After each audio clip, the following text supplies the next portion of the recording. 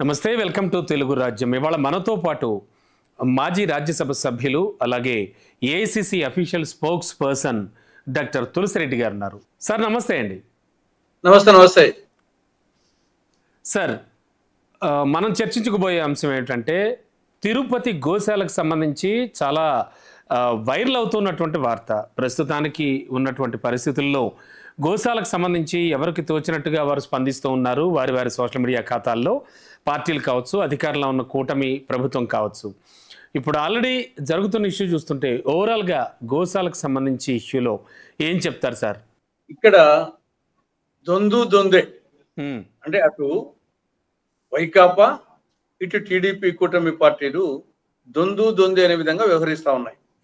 ఇది చిల్లర రాజకీయం, దిగజారుడు రాజకీయం. ఈ రెండింటికి కూడా అంటే అటు వైకాపాకు టీడీపీ కూటమి పార్టీలకు గోమాతల మీద భక్తి లేదు, కలియుగ దైవం వెంకటేశ్వర స్వామి మీద భక్తి లేదు, టీటీడీ మీద గౌరవం లేదు, హిందూ మతం మీద గౌరవం లేదు. కేవలము రాజకీయం తప్ప ఇంక దీంట్లో ఏమీ లేదు. అటు వాళ్ళు ఇటు ఇళ్ళు. ఇప్పుడు సరే, భూమన కరుణాకర్ రెడ్డి ఒక ఆరోపణ చేశారు. ఆయనకు వచ్చిన ఇన్ఫర్మేషన్ ఇది అనుకున్నాంలేండి.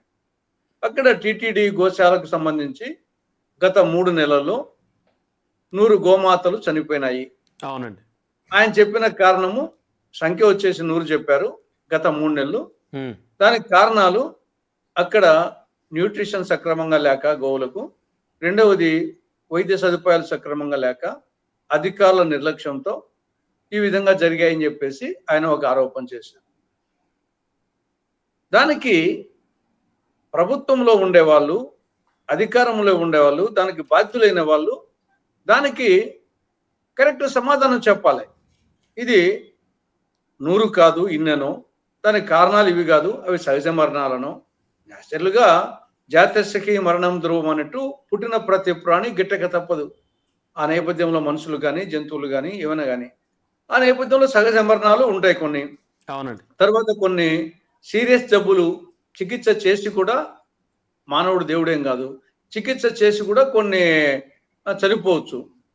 ఆ విధంగా సహజ మరణాలన్నీ ఏ విధంగా అని చెప్పేసి దానికి ఆన్సర్ చెప్పాల్సింది పోనిచ్చి, దానికి మీ హయాంలో ఇన్ని జరిగినాయి, మీ హయాంలో ఇన్ని జరిగినాయి, తర్వాత వచ్చేసి సవాళ్ళు ప్రసవాళ్ళు, మీరు రండి మేము రండి చూసుకునే ఏదన్నా కుస్తీ పోటీలా వచ్చేసి దానికి ఒక ఆన్సర్ చెప్పడమా, లేదంటే ఒక విచారణ కమిటీ వేసి దాంట్లో వాస్తవాలు ప్రజలకు చెప్పడమా, అది చేయాలి అని వీళ్ళు రాజకీయమే, వాళ్ళు రాజకీయమే, ఇద్దరు రాజకీయం. కాబట్టి వీళ్ళిద్దరిని ఈ రాజకీయాల నుండి సాగనంపితే తప్ప టీటీడీ బాగుపడదు, ఈ రాష్ట్రం బాగుపడదు. సార్, ముఖ్యంగా చూస్తే కనుక ఆ ప్రెస్ మీట్ పెట్టి చెప్పినప్పుడు టీటీడీ చైర్మన్ గారు ఒక వెర్షను అండ్ ఆయన కొన్ని వ్యాఖ్యలు కూడా చేయడం జరిగింది. గతంలో భూమన కరుణాకర్ రెడ్డి గారిపై అంటే ఆయన చేసినటువంటి కొన్ని పనులు, కొన్ని అవినీతికి సంబంధించి కూడా ఆయన మాట్లాడడం జరిగింది. అంతేకాకుండా గోవులకు సంబంధించి మాట్లాడుతూ కూడా చాలా అంటే గోవులు చనిపోవడం అనేది ప్రతి నెలలో కూడా సహజం, దాన్ని ఎందుకు ఇంతలా హైలైట్ చేస్తున్నారు అనేది ఆయన వాదన. సరే, ఎన్ని గోవులు చనిపోయాయి అనే విషయంపై ఈవో గారు చెప్పిన ఫిగర్ ఒకటి, మన చైర్మన్ సార్ చెప్పింది ఒకటి, అండ్ అక్కడ తిరుపతి ఎమ్మెల్యే చెప్తున్నది ఒకటి. ఈ రకమైనటువంటి కన్ఫ్యూజన్ ఎందుకు వచ్చిందంటారు? ఇప్పుడు మనకు టీటీడీలో సమన్వయం లేనట్టుగా స్పష్టంగా మనకు ఈ ఒక్క ఉదంతమే కాదు, మొత్తం వచ్చేసి ఈ యొక్క కల్తీ నెయ్యి కానుంటి, తర్వాత తొక్కిసలాట మృతులు కానుంటి, ప్రతి సందర్భంలో స్పష్టంగా మనకు తెలుస్తూ ఉంది. ప్రభుత్వానికి టీటీడీకి సమన్వయం లేదు, టీటీడీలో చైర్మన్కు అధికారులకు సమన్వయం లేదు, అధికారులు వచ్చేసి వాళ్ళ మధ్యనే సమన్వయం లేదు, కాబట్టి టీటీడీ మెంబర్స్కు ఉద్యోగులకు సమన్వయం లేదు. కాబట్టి సమన్వయ లోపము స్పష్టంగా తెలుస్తా ఉంది. దానికి పర్యవసానమే ఇవన్నీ.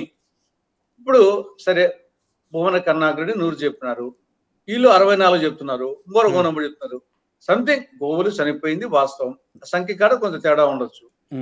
తర్వాత రెండవది వచ్చేసి చనిపోవడం అనేది అది సహజ మరణాల, తర్వాత వచ్చేసి లేదా వైఫల్యాల అనే దానికాడ ఇప్పుడు సంఖ్య కాడ ఒక తేడా ఉంది. అవి సహజ మరణాల లేకుంటే వైఫల్యాల అని ఆ 2 కాడ దానికి ఒక విచారణ కమిటీ వేసేసి దాని వాస్తవాలు చెప్తే సరిపోతుంది. దానికోసం ఇంత రాద్ధాంతము దానికి ప్రత్యారోపణలు మీ హయాంలో చనిపోయినాయని చెప్పడము, తర్వాత వచ్చేసి సవాలు ప్రసవాలు రండి చూసుకున్నాం వచ్చేసి అని వాళ్ళు వీళ్ళు డ్రామాలు వేయడము, రాజకీయ డ్రామాలు ఎంత అవసరమా? కాబట్టి ఇది అనవసరంగా టీటీడీ యొక్క ప్రతిష్టను ప్రపంచంలోనే, భారతదేశంలోనే కాకుండా ప్రపంచంలోనే ఒక ఆధ్యాత్మిక కేంద్రంగా, పవిత్ర కేంద్రంగా, ఒక పవిత్రమైనటువంటి అభిప్రాయం ఉండే టీటీడీ యొక్క ఆ పవిత్రతను, ఆ యొక్క ప్రతిష్టను, ఆ ఆధ్యాత్మిక భావాన్ని అది అందరు కలిసి దాన్ని దిగజారుస్తున్నారు, ఆ ప్రతిష్టను దిగజారుస్తా ఉన్నారు. సార్. అండ్ సార్, నిన్న మొన్నటి వరకు కూడా వాగ్వాదాలు, అలాగే ఒకరిపై ఒకరు తీవ్ర వ్యాఖ్యలు చేసుకోవడం జరిగింది ఇదే ఇష్యూపై. కానీ ఆల్రెడీ కేసులు కూడా నమోదు చేసుకుంటున్నారు. భూమన గారిపై కేసు కూడా పెట్టారు. అంటే ఇది ఎంతవరకు వెళ్ళే ఛాన్స్ కనిపిస్తోంది? అంటే దీనికి, ఈ సమస్యకి పరిష్కారం దిశగా ఎవరు మాట్లాడలేదంటారా? వాళ్ళకు పరిష్కారం కానీ వాళ్ళకు చెప్తే కదా ఉంది, వాళ్ళకు వచ్చేసి గోమాతల మీద భక్తి లేదు, దేవుని మీద భక్తి లేదు, హిందూ మతం మీద భక్తి లేదు. ఏదో విధంగా రాజకీయం చేయాలని ఇద్దరు వచ్చేసి, ఈ యొక్క వైకాపా వాళ్ళేమి, ఈ యొక్క టీడీపీ కూటమి ప్రభుత్వము అసమర్థ ప్రభుత్వము, వీళ్ళకు టీటీడీ మెయింటైన్ చేసి తెలిసేత కాదు, వీళ్ళకు వచ్చేసి గోవుల మీద ప్రేమ లేదు, హిందూ మతం మీద ప్రేమ లేదని చూపించాలనేది వీళ్ళది. టీడీపీ కూటమికి ఏమి, వీళ్ళు వచ్చేసి జగన్మోహన్ రెడ్డి అసలే హిందువే కాదు, తర్వాత ఈయనకు వచ్చేసి భూమన కరుణాకర్ రెడ్డి ఆయనకు హిందూ మతానికి వ్యతిరేకము అని వాళ్ళ మీద వీళ్ళ మీద వాళ్ళు చేపేసేసి, తద్వారా ఏదో వీళ్ళు పెద్ద ఇద్దరు ఒకరు హిందూ మతానికి వాళ్ళ అనుకూలం కాదని చెప్పాలని, ఒకరు హిందూ మతానికి అనుకూలం కాదని కూడా చెప్పని ఈ యాంగిల్లో ఆలోచిస్తారు తప్ప ఓవరాల్ గా పవిత్రత గురించి, ఆధ్యాత్మిక భావం గురించి ఆలోచించడం లేదు. అయినా కేసు పెట్టడం వచ్చేసి, సరే గతంలో ఏమైనా తప్పులు జరిగింటే కేసు పెట్టచ్చు, అంతేగాని ఒక ఇష్యూ మీద తనకు వచ్చే ఇన్ఫర్మేషన్ ఒక 100 ఆవులు చనిపోయింది చెప్పాడు, అది అవును దాని మీద కేసు పెడితే ఎట్లా? ఇప్పుడు ఆయన బదులు నేనే చెప్పింటా, నాకు ఒక ఇన్ఫర్మేషన్ వచ్చి ఉంటది, నేనే చెప్తా అంటే చెప్తే కేసు పెట్టడమేనా? అంటే ఇంకా ప్రశ్నించేదానికి, భావ ప్రకటన స్వేచ్ఛకు చెప్పేదానికి కూడా లేకుండా నోరు కట్టేసుకోవాలన్నా? అది కరెక్ట్ కాదు. అందులో ఆయన హయాంలో ఏమన్నా అవకతవకలు జరిగి ఉంటే కన్నా ఆ ఇన్ఫర్మేషన్ దాన్ని బట్టి తెలుసుకోండి. ఇప్పుడు ఈ సందర్భంగా ఇతను అన్నాడు కాబట్టి ఆ విధంగా ఆరోపణలే చేయకూడదు. తర్వాత దాని నుంచి తప్పుడు సమాచారము అంటే ఒకసారి తప్పుడు సమాచారం ఉండొచ్చు, కరెక్ట్ సమాచారం ఉండొచ్చు. దానికి విచారణ జరిగితే తప్పుడు నాకు వస్తుంది, మీకు వస్తుంది ఇన్ఫర్మేషన్ అంటే ఇన్ఫర్మేషన్ చెప్పడం తప్ప వచ్చేసేది. పోనీ ఇక్కడేమో చనిపోయిందేమో వాస్తవమే కదా, అది 164 తేడా అంతే తప్పనిచ్చేసి గోవులు చనిపోయింది వాస్తవము. మరి దాన్ని వచ్చేసి దీన్ని ఇంత రాద్ధాంతం చేయాల్సినటువంటి టీటీడీ కానీ గవర్నమెంట్ కానీ ఇంత రాద్ధాంతం చేయాల్సిన అవసరం వీళ్ళకు లేదు.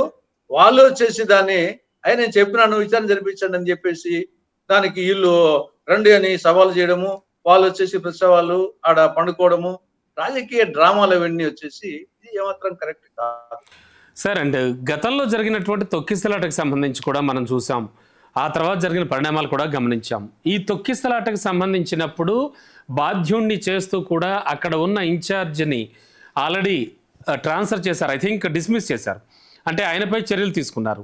అప్పటి నుంచి కూడా ఆ గోశాలకు పర్టికులర్గా ఒక నిర్వాహకుడు, అంటే మీన్స్ నిర్వాహకులు చాలామంది ఉండొచ్చు కానీ ఒక హెడ్ అనేటువంటిది, ఒక అధికారంటూ లేకుండా పోయాడు.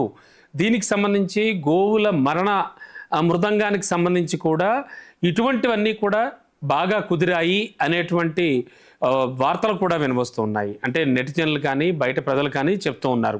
మరి నేపథ్యంలో దాన్ని ఎలా చూడాలి? అంటే ఖచ్చితంగా ఒక అధికారి, ఒక పర్యవేక్షకుడు, ఒక హైయర్ అథారిటీ అక్కడ లేకపోవడం పెద్ద సమస్య అయిందనుకోవచ్చా సార్?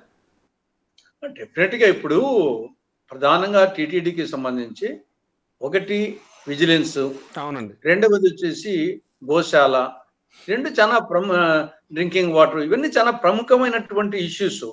కాబట్టి గోశాల నుండి అటు తిరుపతి గోశాల, తిరుమల గోశాల, ఇంకోటి పలమేడు దగ్గర ఏదో ఉందంటున్నారు టీటీడీ సంబంధించి, ఈ 3 గోశాలల నుండి వచ్చే, అక్కడ నుండి గోమాతల నుండి వచ్చే పాలనుంటే, ఆ పాల ఉత్పత్తుల నుంటే మొత్తము దేవునికి సంబంధించినటువంటి నైవేద్యంగానే ఎవ్రీథింగ్ వచ్చేసి చేయడం జరుగుతుంది. కాబట్టి మనకి చాలా ఇంపార్టెన్స్ ఉంటుంది. ఆ ఇంపార్టెన్స్ ఉన్నదానికి ఒక రెగ్యులర్ డైరెక్టర్ లేకపోవడం ఏంటి? ఇప్పుడు వచ్చేసి అనిమల్ హస్బెండరీకి సంబంధించినటువంటి ఆ సంబంధిత ఆ అధికారి ఉండాలి. కానీ ఇక్కడ ఒక ఫారెస్ట్ డిపార్ట్మెంట్ అధికారిని డిఎఫ్ పెట్టడం ఏంది? అది సమంజసం కాదు కదా. అవును సార్. కాబట్టి ఇంత పెద్ద ఇష్యూస్ సంస్థకు ఒక డైరెక్టర్ లేకపోవడం అనేది, ఆ సంబంధ డైరెక్టర్ అది లేకుండా డిఎఫ్ ఫారెస్ట్ డిపార్ట్మెంట్ కు ఆయన ఆల్రెడీ ఇన్ఛార్జ్, అది కూడా ఫారెస్ట్ డిపార్ట్మెంట్ అదే ఒక పెద్ద సమస్య అక్కడ. ఎందుకంటే తిరుమల 7 కొండలకు ఆ ఫారెస్ట్ చూసుకోవడం, అక్కడ పులులు ఇటువంటి వస్తుంటాయి, ఆ సమస్యలు చూసుకోవడం కాకుండా ఆయనకు సంబంధం లేనటువంటి డిపార్ట్మెంట్ కు గోశాలకు వచ్చేసి ఆయన ఇన్ఛార్జిగా వేయడం కరెక్ట్ కాదు. అదే విధంగా విజిలెన్స్ ఆఫీసర్ లేడు, ఆ రోజు నుండి తొక్కేసి రావడం విజిలెన్స్ ఆఫీసర్ కూడా లేరు ఇప్పుడు, విజిలెన్స్ ఆఫీసర్. కాబట్టి ఇది ఏమాత్రము సమర్థనీయం కాదు సార్. ఇంత జరుగుతోంది, మరి కాంగ్రెస్ స్టాండ్ ఎలా ఉంది? అసలు కాంగ్రెస్ ఏమైనా మాట్లాడుతోందా, ఏమైనా మాట్లాడిందా? ప్రెజెంట్ ఉన్న కండిషన్లో ఏం జరుగుతోంది? ఇద్దరు రాజకీయం చేస్తున్నారు, రాజకీయం చేయొద్దు, దాని పవిత్రతను భంగం కలిగించద్దు, ఇది చిల్లర రాజకీయాలు మానుకోండి అని చెప్తున్నాం మేము. ఇద్దరిని 2 పార్టీలను అడగ విచారణ వేయండి, ఆడ ఏదైనా వచ్చేసి సమస్యలు ఉంటే ఆ విచారణ కమిటీ రిపోర్ట్లు బట్టి దాన్ని సరిదిద్దుకోండి, భవిష్యత్తులో పునరావృతం కూడా చూసుకోండి, కానీ దీన్ని మీ రాజకీయం కోసం అపవిత్రం చేయొద్దు అని మేము చెప్తాం, మేము సూచిస్తున్నాం. Okay sir, thank you sir. Hello, Telugu Rajyam channel చూస్తున్నారా? సామాజిక రాజకీయ జీవన చిత్రణే తెలుగు రాజ్యం. అతిశయోక్తులు అసత్యాలు ఉండవు. రాజకీయ కోణం కాదు, ప్రజా కోణమే కొలబద్ద. తెలుగు రాజ్యం వీక్షణ మీ ఉత్తమ అభిరుచికి నిదర్శనం.